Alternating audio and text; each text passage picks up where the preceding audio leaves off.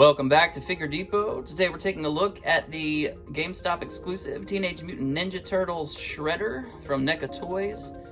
Here is Orokusaki in his little plastic prison that we're going to bust him out of here in a minute. He comes in the, of course, Ninja Turtles 1 costume, which is the red, and in Ninja Turtles 2, of course, he had the purple costume. We'll probably see a lot of people grab these and do some repaints to give him that purple costume, to give him that Ninja Turtles 2 look. But anyway, winter style package, VHS box design, and we get a product shot here. Then we get more product shots on the back, little bio, and then on the side we have more images of the figure. And let's get him out and see what's inside. Alright, and here is Orokusaki, or Shredder, out of the packaging, looking awesome. Got a lot of great detail, all true to the film. He even has that little sparkly metallic effect that was seen in his suit, and it catches the light really well. The design of Shredder is kind of a blend between ninja and samurai in its design elements. But very cool concept, and very well executed by NECA. Again, they really are putting a lot of effort into getting these things right, which I certainly appreciate.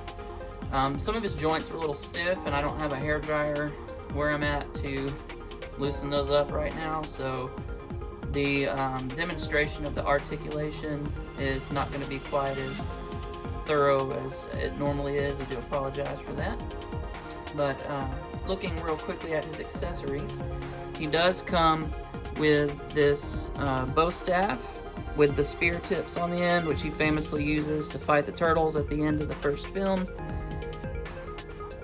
Very cool. It's a very simple design, but I mean, it's exactly true to what it was in the film, so very nice there. We do get a dagger, which again is just black and silver two-tone paint, but very well executed. Excellent detail on that, and it does come with a little sheath that you can put the knife in. And then we also get some alternate hands. So on the figure, he's got a fisted hand, and then a fisted hand with this razor claws. Then we get the open hand with the razor claws, and you can see the leather strap and everything. All that detail is very well executed, looks very nice. Then we also get another, well, it's like a weapon holding hand. So it's a fist, but it's open a little bit, so you can slide weapons and stuff in there, so that's cool. Then for his hand without any claws on it, we get this another weapons holding hand. And then we get another splayed open hand without the claws. So that's the hand accessories. And then we get this beautiful little cape here, which he famously wears in the film. And guess what it has? Bendy wire. Oh yeah! So you'll be able to pose that around in all kinds of cool ways. So thank you, NECA. It does have a little clasp here that just hooks on and off, so very easy to open and close, and it'll stay nice and snug for you, so very cool. Now let's get a closer look at the figure itself. We get really nice face sculpt and paint detail on the head. And I have seen pictures of the mask off. Mine is acting like it doesn't want to come completely off, and I don't want to force it right now. It's something I'll just have to do off camera later.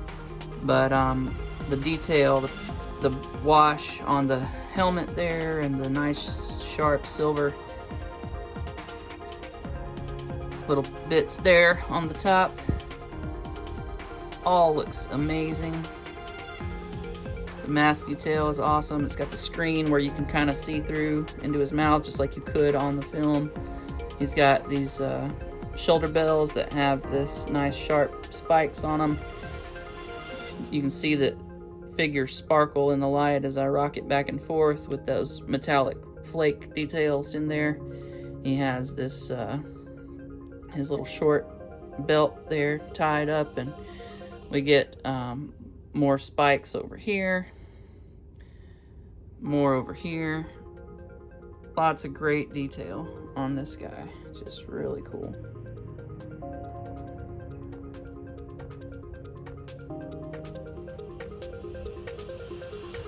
Moving down to the lower legs, same armor there. Then he's got his little